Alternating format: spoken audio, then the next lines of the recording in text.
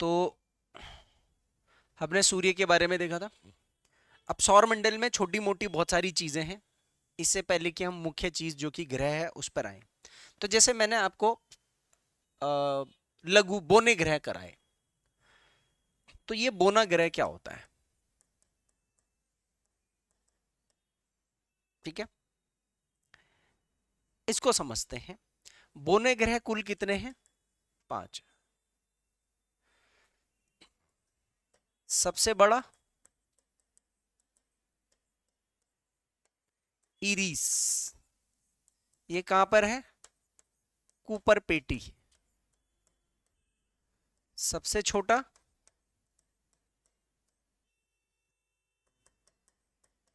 Series, ये कहां पर है?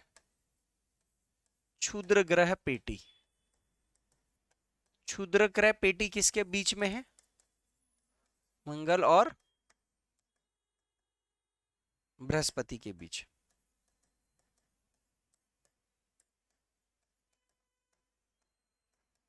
ठीक है, तो बोना ग्रह। अब इसके बाद यहां पर 2006 में प्लूटो यानी कि यम को बोना ग्रह बनाया, यानी कि ग्रह की श्रेणी से हटा दिया। अब इसके पीछे सवाल आता है कि ऐसा क्यों किया? ऐसा क्यों किया भाई? क्वेश्चन मार्क है। तो यहां पर से अब हम ग्रह की परिभाषा देखते हैं। तो दरअसल क्या है, इसको क्यों अलग करा है, उसके लिए आपको ग्रह होता क्या है, अभी लेटेस्ट साइंटिफिक थ्योरी के अनुसार ग्रह की जो वर्तमान परिभाषा है उसको देखते हैं। ठीक है, अब ग्रह की परिभाषा को परिभाषित का अधिकार किसके पास है? कौन तय करेगा कि भैया ग्रह क्या होता है, या खगोल से संबंधित जो विज्ञान है उसके तर्क क्या होते हैं? तो इसके लिए एक संस्थान है आईएयू। इस आईएयू का मतलब होता है इंटरनेशनल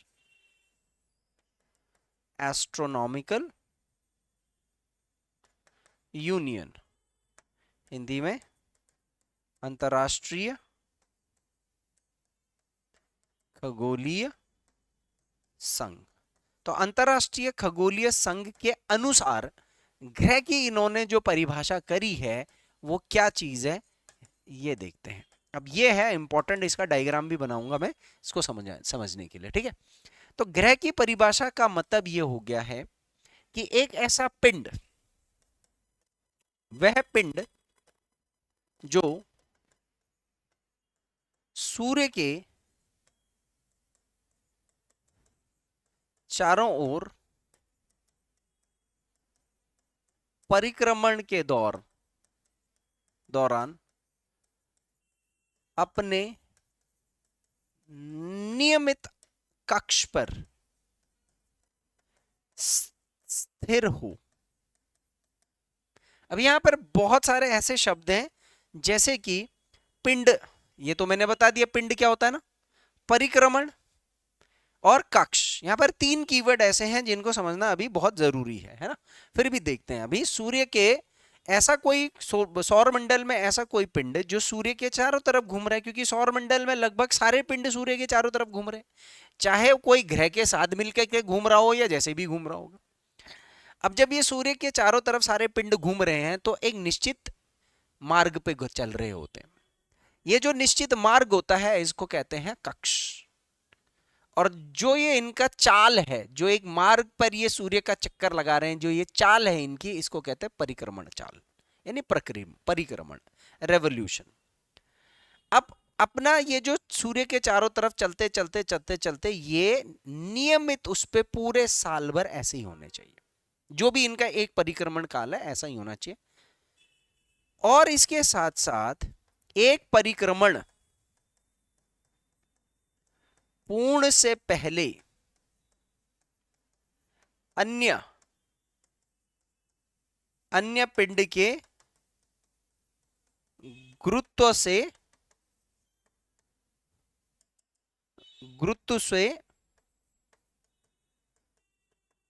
आकर्षित नहीं आकर्षित नहीं, आकर्षित में लेकिन गुरुत्व से मूल पक्ष या मूल कक्ष से भटकाव नहीं होना चाहिए। ठीक है, दो डेफिनेशन एक ग्रह की पूरी होनी चाहिए। ठीक है, अब ये डेफिनेशन आप इसको पहले लिख लो, फिर मैं इसको एक्सप्लेन करता हूं। ठीक है, पिंड क्या होता है?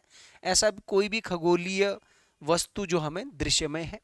परिक्रमण का मतलब हो गया किसी एक केंद्र पिंड के चारों तरफ घूमना, चक्कर लगाना। और कक्ष का मतलब वो रास्ता जिस पर आप किसी भी केंद्र बिंदु के परिक्रमण करते हो।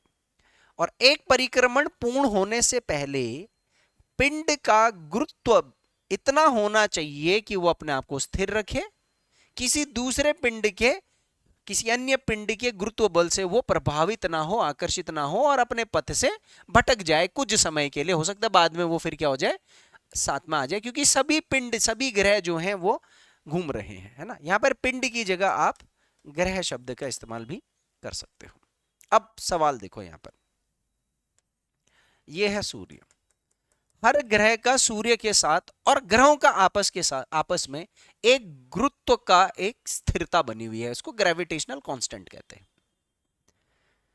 अब उदाहरण के तौर पर जैसे मान लीजिए ये शुक्र ग्रह है और ये पृथ्वी ग्रह है। तो पृथ्वी ये ऐसे जा रहा है, ये अपना ऐसे जा रहा है, ये अपना ऐसे जा रहा है, ये अपना ऐसे जा रहा है ना। ये भी तो यहां गया ना, यहां गया, फिर ये आगे गया तो ये आगे गया। इस तरीके से शुक्र ने ऐसा एक चक्कर मारा, पृथ्वी ने ऐसा एक चक्कर मारा। दोनों का एक चक्कर मारने में जब ये यहां था, ये यहां था, ये यहां था, ये यहां था, ये यहां था, कई बार किसी भी समय ऐसा नहीं लगा कि ये एक दूसरे को खींच रहे हैं। खींच भी रहे होंगे, दोनों का ग्रेविटेशनल संबंध तो है ना आपस में, लेकिन अपने मूल कक्ष से ये भटक नहीं रहे हैं। ठीक है, तो ये जो मार्ग है, इस मार्ग को मैं क्या शब्द दूंगा? कक्ष। ये कीवर्ड याद रखना, इसको, इस मार्ग को क्या दूंगा मैं? कक्ष। तो परिक्रमण करते वक्त इस मार्ग से भटकना नहीं चाहिए एक राउंड कंप्लीट होने पर। अब सवाल आता है प्लूटो के बारे में। ठीक है, यहां पर समझ लो एक ग्रह है वरुण ग्रह, ठीक है, और एक ग्रह हो गया हमारा यम उपग्रह हो गया। अब हो क्या रहा था कि जैसे वरुण ऐसे घूम रहा है, ये भी ऐसे घूम रहा है, ये इधर गया तो ये भी ऐसे गया, ये इधर गया तो ये भी ऐसे गया, ये इधर गया, ये भी इधर गया। आप समझ रहे हो? ये इधर गया, ये अब थोड़ा सा इस तरफ आ गया, इसका काम पूरा हो गया। ठीक है, इसका काम पूरा हुआ, ये इस तरफ चला गया। इसका वाला में पीला, ये यहां तक तो नहीं काटा ना इसने रास्ता, यहां तक नहीं काटा ना। अब ये मार्ग किसका है? वरुण का मार्ग है। वरुण आगे चला गया, लेकिन यहां से यम इसकी तरफ आ गया। अब जब वरुण यहां चला गया तो ये तो खाली जगह है ना, ये यम यहां आ गया, वरुण यहां चला गया, यम यहां चला गया, फिर वापस चला गया। तो यम का एक कक्ष पूरा नहीं हुआ था। यम का तब होता जब ये ऐसे जा रहा होता। तो इनका दोनों का जो सूर्य के सापेक्ष परिक्रमण चल रहा है, दोनों ऐसे ऐसे ऐसे ऐसे ऐसे चल रहे होंगे ना, क्योंकि एक दूरी है ऐसे ऐसे। तो एक समय ऐसा आता है जब ये थोड़े नजदीक से आने लग जाते हैं। अब इसमें मैं ये भी तो बोल सकता हूं कि हो सकता है कि वरुण यम के नजदीक जा रहा होगा। तो वैज्ञानिकों ने इसका अध्ययन करा और देखा कि ये नजदीक जो जा रहे हैं, तो वरुण का तो रास्ता वही है, वरुण का रास्ता वही है, लेकिन जो यम है वो अपने रास्ते से भटक रहा है। उसका एक चक्कर पूरा नहीं हो रहा है कि वो अपने मार्ग से यम के, वरुण के मार्ग में घुस जा रहा है, वरुण के कक्ष में घुस जा रहा है। इसीलिए इसीलिए देखो, यम एक ऐसा पिंड है जिसका द्रव्यमान अपना इतना गुरुत्व बल नहीं स्थिर कर पा रहा है। ऐसा पिंड जिसका गुरुत्व बल दूसरे पिंड के सापेक्ष स्थिर नहीं हो पा रहा है और वो दूसरे पिंड से आकर्षित हो रहा है, तो ऐसे को हम ग्रह नहीं बोलेंगे। ये क्या बन जाएगा? उपग्रह बन जाएगा। सॉरी, बोना ग्रह है। ठीक है, ये है आपकी डेफिनेशन, इसका डायग्राम आप बना लीजिए। ये तर्क आपको याद रखना है सर, सारी की सारी चीजें बता रहा हूं, ठीक है। क्षुद्र ग्रह के बारे में कल बता दिया था, क्षुद्र ग्रह के बारे में लिखवाया था मैंने, क्षुद्र क्या ग्रह क्या होते हैं, हाँ यहाँ पर लिख लेते हैं। मैं टू द पॉइंट आऊंगा, ठीक है। क्षुद्र ग्रह पेटी, एस्टेरॉइड बेल्ट, क्या होता है क्षुद्र ग्रह, आप इसको यहां पे याद रखना, ठीक है। तो मंगल ग्रह और इनकी स्थिति कहां पर है, सबसे पहले तो इनकी क्या लिखनी है आपने, स्थिति लिखनी की, इनकी स्थिति कहां पर है। तो मंगल और बृहस्पति के मध्य अनेक चट्टान खंड, ये चट्टान खंड है, ये स्पष्ट आकृति के नहीं है, गोल जैसे ग्रह, उपग्रह, लघु ग्रह, बोने ग्रह, ये तो गोल जैसे है ना, ये गोल नहीं है, ये अनेक चट्टान खंड हैं जिनकी अनियमित आकृति है। तो ये क्वेश्चन पूछ सकता है कि जो क्षुद्र ग्रह है उनकी नियमित आकृति होती है, अनियमित आकृति होती है, और इनकी संख्या क्या है, ये असंख्य है। असंख्य का मतलब क्या है, 1 2 4 10 नहीं है कि 9 ग्रह तो आपने गिन लिए, बोने ग्रह भी गिन लिए, लघु ग्रह भी आप, उपग्रह भी आप गिन पा रहे हो कुछ हद तक, इनको गिनना मुश्किल है, ये असंख्य है इस बीच के अंदर, ठीक है, असंख्य है, और इनका निश्चित कक्ष नहीं होता है, ये इसी के बीच में रहते हैं और कभी थोड़ा आपस में ऐसे टकरा भी रहे होते हैं। तो ये हो गया क्षुद्र ग्रह पेटी, बस इतना याद रखना इनकी स्थिति। और ये अब आप इसका जब डायग्राम बनाओगे तो आप इसका डायग्राम कैसे बनाओगे, ये हो गया सन, ये हो गया अर्थ, ये हो गया मार्स, ये हो गया जुपिटर, अब यहां पर बीच में आपने ऐसे ऐसे लगा देने, ये हो गया ऐसे, इस पर आप लिख दोगे यहां पर, इस पर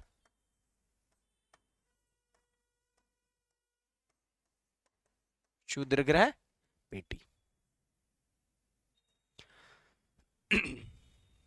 ठीक है। यह सूर्य के चारों ओर अनियमित कक्ष में परिक्रमण करते हैं और अन्य ग्रहों से भी प्रभावित हो जाते हैं। यह हो गया क्षुद्र ग्रह पेटी।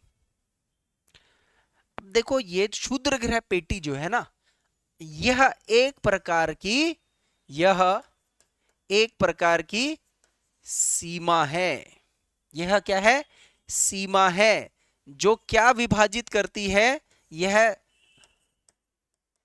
आंतरिक ग्रह और बाह्य ग्रह, आंतरिक ग्रह को कहते हैं स्थलीय ग्रह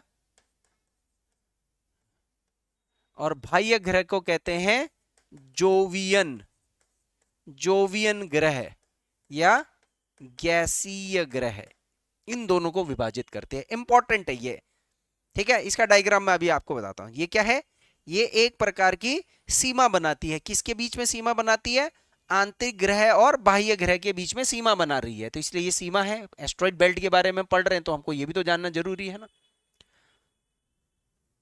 ठीक है।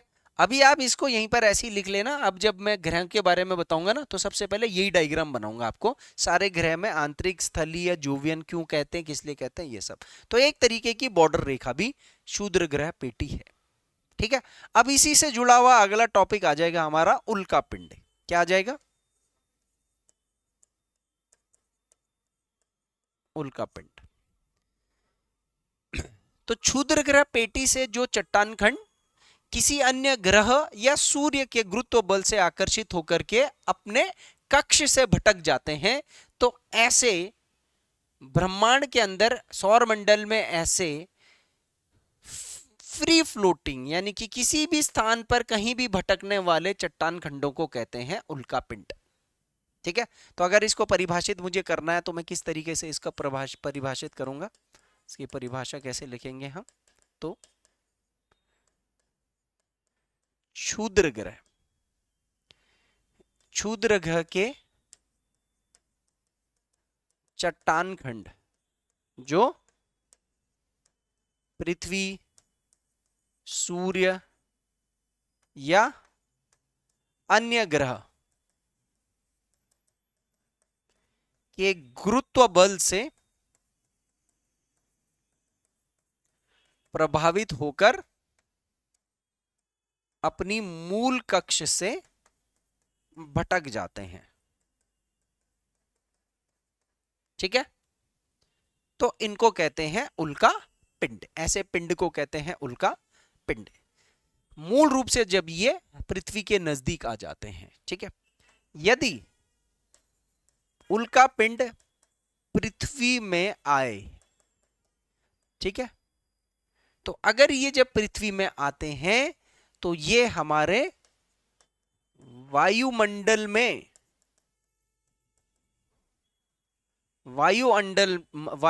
में आवेशित आयनों से,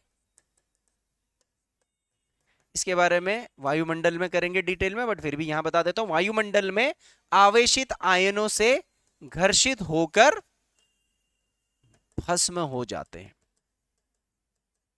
और तब इन उल्का पिंडों को कहते हैं टूटता तारा, शूटिंग स्टार। ठीक है, इनमें से कुछ अवशेष धरती की सतह पर गिरते हैं, जिन्हें क्या कहते हैं? उल्का, मीटेराइट। अंग्रेजी में तो देखो डिफरेंस है, ये होता है मीटेरॉइट, ये होता है मीटियोराइड। टी और डी का डिफरेंस है। हिंदी में इसको उल्का पिंड करना, जो ऊपर ऊपर जा रहा है वो उल्का पिंड है। जैसी वो वायुमंडल में आएगा, घर्षण खाएगा तो जल जाता है, राख हो जाता है, क्योंकि इसकी स्पीड इतनी ज्यादा होती है। हाँ, और वायुमंडल में जो विद्युत आवेशित आयन है अलग अलग गैसों के, ये विद्युत आवेशित आयन इसको राख की तरह जला देते हैं, और जल करके फिर थोड़ा बहुत, अगर कोई बड़ा है, ज्यादा स्पीड वाला है, या बड़ा वाला है, या ज्यादा स्पीड कह रहा हूं, थोड़ा स्लो स्पीड वाला है, या कुछ ऐसा आकृति वाला है जो पूरी तरीके से भस्म नहीं हो पाया, तो ये धरती पर गिर भी रहे हैं। अभी कुछ साल पहले रशिया के अंदर गिरा था, तो ये गड्ढा भी बना देते हैं, जिसको क्रेटर भी बोल देते हैं कई बार, है ना। तो ये जब गड्ढे, ये जो उल्काएं गिरती हैं, तब इन पिंडों को बोलते हैं उल्का। क्या बोलते हैं? तब ये उल्का। और जब ये घर्षित हो रहे होते हैं, तब इनको क्या बोलते हैं? ये टूटता हुआ तारा। आपने टूटता हुआ तारा देखा भी होगा पहाड़ों में। आपको पता है, हर दिन हमारे पृथ्वी के वायुमंडल में, जैसे आगे वायुमंडल में आयन मंडल पढ़ेंगे, तो आयन मंडल में यही चीज दोहरानी हमने। तो थोड़ा सा यहां पर मैं डायग्राम बना रहा हूं, जैसे समझ लो ये पृथ्वी है, ये हमारा वायुमंडल है। अब ऐसे करके कोई उल्का ऐसे पृथ्वी की तरफ जा रहा है। अब इसमें क्या है? बहुत सारे विद्युत आवेशित आयन्स हैं। जैसे ही ये उल्का यहां जाना शुरू होगा, तो यहां पर जाते ही ये क्या होने लग जाएगा? जलने लग जाएगा। जलते जलते थोड़ा आगे जाएगा, इसका आकार छोटा हो जाएगा, यहां भी जलने लग जाएगा। ठीक है, लगभग आगे आते आते तक ये क्या हो जाएंगे? इसके चूरे बन जाएंगे। क्या बन जाएंगे? चूरे बन जाएंगे, ऐसे ऐसे। और कुछ ऐसे पिंड होते हैं जो यहां तक गिर जाते हैं, तो उनको क्या बोलते हैं? इसको कहते हैं, ये हो गया उल्का, और जो यहां से आ रहा है इसका नाम हो गया उल्का पिंड। ठीक है, यहां पर कौन सा मंडल है? ये हो गया आयन मंडल। इस आयन मंडल में क्या होते हैं? विद्युत आवेशित। आवेशित का मतलब होता है चार्ज्ड। आवेशित का मतलब क्या होता है? चार्ज्ड। ये इलेक्ट्रिकली चार्ज्ड पार्टिकल है। अब ये आप जैसे आइडिया लगाओगे कि सर ये चार्ज कैसे हो रहे हैं, तो ये चार्ज कैसे हो रहे हैं? इनको दिन भर में सूर्य और ब्रह्मांड के अन्य तारों की और ब्रह्मांड की मिल्की आकाश गंगा के केंद्र की ऊर्जाएं मिलती हैं, तो दिन के टाइम पर ये ज्यादा गर्म हो जाते हैं, तो इनके पास एनर्जी है। अब ये एनर्जी रिलीज तो कर रहे हैं धीरे धीरे, लेकिन अभी क्या हो रहा है? निरंतर ये गिरते जा रहे हैं। दिन के टाइम पर भी आ रहे हैं ये, पर दिन में क्यों नहीं दिख रहा है आपको? क्योंकि वहां पर सूर्य की रोशनी है। डेली बेसिस पर कई, कहते हैं ना, कई मतलब कम से कम नहीं भी होगा तो 150 उल्काएं गिर रही होती हैं, छोटी मोटी, पता भी नहीं चल रहा होता है। साल भर में कई 100 उल्काएं पृथ्वी के उसमें आते हैं। मतलब मैंने अपनी लाइफ में खुद ही अपने गांव साइड में ही पता नहीं कितने शूटिंग स्टार्स देखे हुए हैं। ये शूटिंग स्टार क्या है, मीटरऑइट ही तो है। तो अब आप सोचो कितने सारे घूम रहे हैं ये। और हमारा ये जो वायुमंडल है ये हमारे लिए एक प्रोटेक्टिव लेयर, संरक्षित आवरण के तौर पर भी कार्य कर रहा है ना। वायुमंडल की विशेषता जब हम करेंगे तो भौतिक विशेषता तो आप बता दोगे साइंस के पॉइंट ऑफ व्यू से, लेकिन कुछ और भी तो भावनात्मक विशेषता है ना इसकी भौतिक विशेषता से ही जो बन रही है। ये कॉन्सेप्ट पता होना जरूरी है आपका। ये वही आयन है जो रेडियो तरंगों को बाहर पर वापस परावर्तित करती हैं। जो आपकी रेडियो तरंगे होती है ना, जो आप सतह से भेजते हो ऊपर, फिर वो टकरा करके नीचे आती है, तो वहां पर किस पे टकरा करके आ रही है वो। अब तो रेडियो बैंड का कॉन्सेप्ट काफी कम हो गया ना, अब तो सैटेलाइट के पास जा रहा है आपका सिग्नल ना।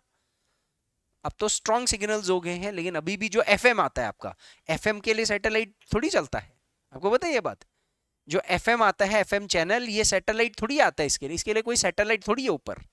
ये तो सीधा यहाँ के स्पेस स्टेशन से डिस्क से आप तरंगों को ऊपर भेज रहे हो, और जो ये चार्ज पार्टिकल हवा में है, जैसे यहीं पर ये सूर्य है समझ लो, यहीं पर होंगे, और मैंने यहाँ से नीचे फेंका और वहां इनसे टकरा करके सिग्नल वापस आ रहा होता है। आपको सिग्नल ऐसे दिखता थोड़ी है। अभी इस कमरे के अंदर सिग्नल्स होंगे, कोई भी सिग्नल होगा है, एफएम भी है। अभी मैं एफएम चलाऊंगा तो पकड़ेगा नहीं क्या। तो एक कॉन्सेप्ट है, जैसे कोई भी सिग्नल होगा अभी इस कमरे के अंदर, कोई भी सिग्नल, सर सब सिग्नल ही सिग्नल है। इस कमरे के अंदर इतने सिग्नल हैं कि जितने ज्यादा बच्चे बैठेंगे ना यहाँ पर, उतने ज्यादा सिग्नल्स आएंगे यहाँ पर। सबके पास मोबाइल है, सब सिग्नल से कनेक्ट हो रखा है ना, वायरलेस ऊपर से। मोबाइल से कैसे चल रहा है ये सिग्नल से चल रहा है ना, यहाँ सिग्नल आ रहे हैं ये। अगर मैं यहाँ पर जेब में डाल दूंगा तो सिग्नल यहाँ, ये ट्रैप कर रहा है ना सिग्नल। मैं यहाँ रख दूंगा तो सिग्नल कहाँ पर आएगा, यहाँ पर आएगा। तो ये रेडिएशंस कह रहे ना, ये करता है फर्क।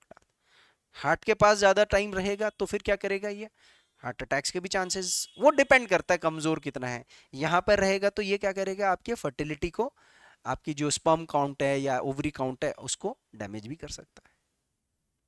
डालें तो कहाँ डालें, तो आजकल लोगों ने यहाँ शुरू कर दिया पिछवाड़े में, यहाँ कुछ नहीं है जी।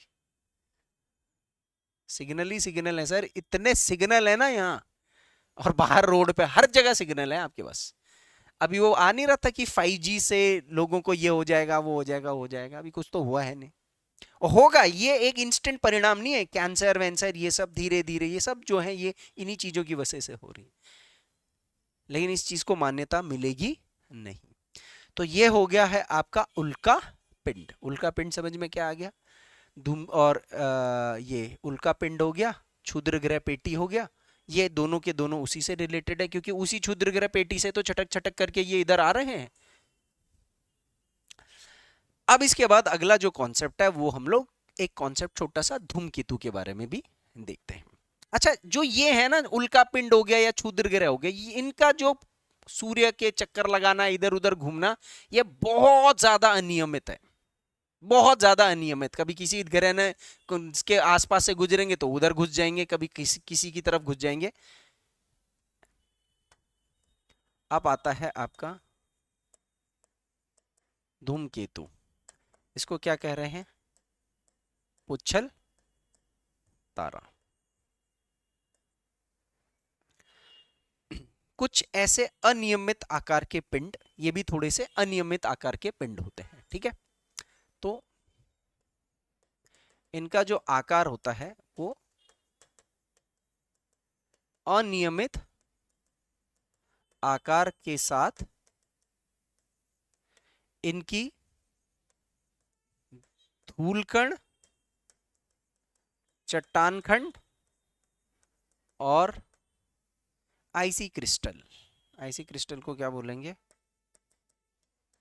बर्फीले कण। बर्फीले कण की एक पूंछ होती है। क्या होती है, पूंछ होती है, ठीक है। जैसे मैंने बोला एक पिंड है ऐसा बना हुआ है, और उसके आसपास जो गैसीय पार्टिकल है ऐसे ऐसे ऐसे ऐसे ऐसे हैं, और थोड़ा और आगे तक, ठीक है, और उसके बाद थोड़े आइसी क्रिस्टल्स भी हैं ऐसे। तो ये ऐसा दिख रहा है, ठीक है, ऐसा दिख रहा है ये ऐसे जैसे, इसको कहते हैं उल्का। ठीक है, ये इसकी क्या हो गई है, पूंछ हो गई है, और ये उसका जो पिंड वाला हिस्सा है। अब ये जो आकार है, ये इनकी स्थिति कहां पर है, तो ये आपको दिखने को मिलेंगे, शायद कल मैंने डायग्राम में शनि बता दिया था, है ना। तो ये आपको अरुण ग्रह, सॉरी यूरेनस, अरुण यानी कि यूरेनस, वो हिंदी में थोड़ा सा अभी कभी कभी क्या होता है फ्लो गड़बड़ हो जाता है, तो अरुण ग्रह यूरेनस के नजदीक दिखेंगे। ठीक है, उसके बाद ही दिखेंगे जो भी दिखेंगे, और ये इनकी स्थिति ये है। और दूसरा, ये करते क्या है, ये सूर्य के चारों ओर, ये भी ग्रह की तरह सूर्य के चारों ओर अनियमित, किसमें, अनियमित कक्ष में परिक्रमण करते हैं। तो इसीलिए ये क्या हो गया, ग्रह की रेस से क्या हो गया, ये बाहर हो गया, और ये उपग्रह की रेस से भी बाहर हो गया, क्योंकि उपग्रह में ऐसे पूंछ वूंछ कुछ नहीं है।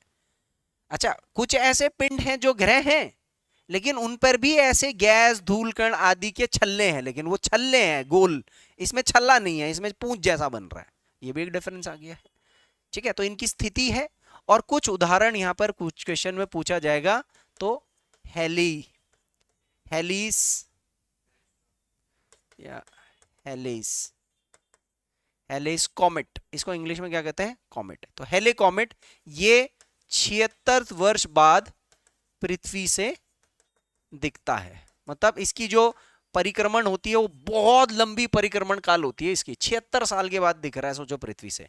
दूसरा है जैसे टेम्पल 1, टेम्पल 2, ऐसे करके कुछ ग्रहों, ऐसे उल्का पिंडों के बारे में बता रखा है। और इसकी जो पूंछ होती है वो काफी चमकदार पूंछ होती है, क्योंकि उस चमकदार पूंछ क्यों होती है, उस पर सूर्य का की रोशनी का प्रभाव होता है, तो इसलिए काफी चमकदार होती है। फिर गैस धूल कण आदि आदि, यहाँ पर गैस शब्द भी याद रख लेना, गैस आदि के कारण। तो ये हो गया हमारे कॉमेट्स, कभी कभी दिख जाते हैं, बहुत ही रहस्यमय होते हैं ये कॉमेट्स। ठीक है, धूमकेतु हो गया, उल्का हो गया, ये हो गया। अब क्या रह गया आपका, बोने ग्रह भी हो ही गए हैं आपके, मैंने बोने ग्रह क्यों होता है, उपग्रह अभी नहीं करना है, वो हम जब चंद्रमा के बारे में पढ़ेंगे तो वहां पर देख लेंगे, कुछ कुछ कॉन्सेप्ट हम ग्रह के साथ देखेंगे। अब इसके बाद सीधा सीधा आते हैं हम लोग ग्रह। ठीक है, ग्रह। तो सौर मंडल में एक डायग्राम पहले लिखो यहां पर, ग्रह परिभाषा करने की जरूरत है नहीं, प्लैनेट क्या होता है। सौर मंडल में ऐसे पिंड जो सूर्य के चारों ओर एक नियमित कक्ष में परिक्रमण कर रहे हैं, ऐसे पिंडों को ग्रह कहते हैं, सिंपल सी चीज है।